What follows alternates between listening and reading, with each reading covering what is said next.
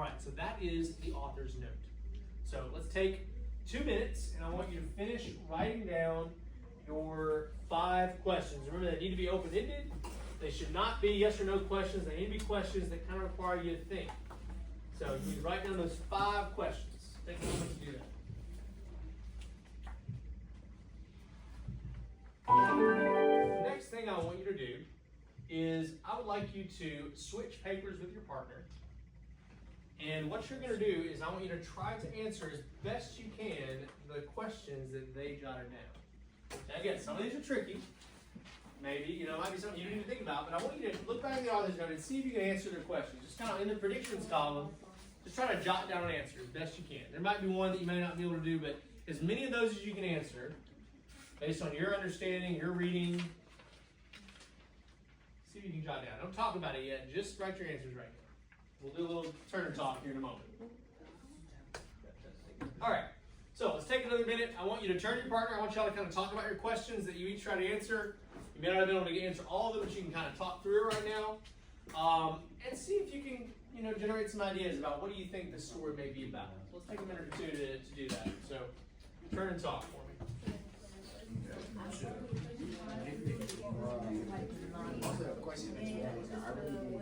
Do you agree? Do you disagree? Why? So I heard some good comments and discussions going on. Let's kind of share those out. Nadia, Marquia, I'm going to start with y'all. I heard you say something that I thought was insightful. So what was the question you talked about? What was your conclusion you drew? So her question was like, what was the feeling or like the story that I knew about? And I was like, at the end, he was saying like, this story is going to make you believe in God. So I was thinking like, maybe it's based off experience, like he had a struggle in his life, and he found God, and now he's going to inspire people through this book. Okay, so that's a great, connection of a couple of things. Like the man said the story will make you believe in God. Maybe he had a struggle that he overcame something, he learned from that, and now he's sharing that story to inspire people. So it's an inspirational story. I think that's a great prediction. All right, thanks for sharing that. All right, somebody else. Let's hear from 1 or 2 other people. Levi, what's something you and Keeks talked about? Why was his first book or the book unsuccessful? Okay, and what did you think? Did you have any guesses why it might have been, or I said maybe because it's boring or uninteresting. Okay, boring or interesting. He does talk there at the beginning. He says that the reviewers did what to it?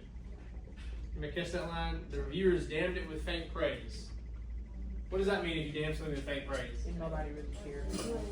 You're like, it's okay. It's like, it's not bad. That's not necessarily saying it's bad, but it's also not saying it's good either. So, yeah, I think you're right. I think based on the way he describes it, his first book just wasn't really well received. People didn't really enjoy it, didn't get reviewed that well. JP and Derek, what was one of your questions? So, one of my questions was, why should it be in the first person? And I said it because it'll be better to show the story itself. Because I think I personally that's like more like a memoir because of how descriptive the story might be. Okay, so the story itself may be more of a memoir. There's probably a reason why it's written in the first person. I mean, he alludes to that. He's like, he felt like it should be told in Pi's perspective. It's his story ultimately. And that is one of the things we're going to consider is the first person narrative as a storytelling technique. Is the narrator reliable? Is the narrator giving us all the facts? Is the story more maybe inspirational, to take your term, because it's first person versus, say, a third person narrative? The way in which a story is narrated is going to affect the way that you look at it, the way you think of it. So that's a good question to ask. Johanna, what was your questions?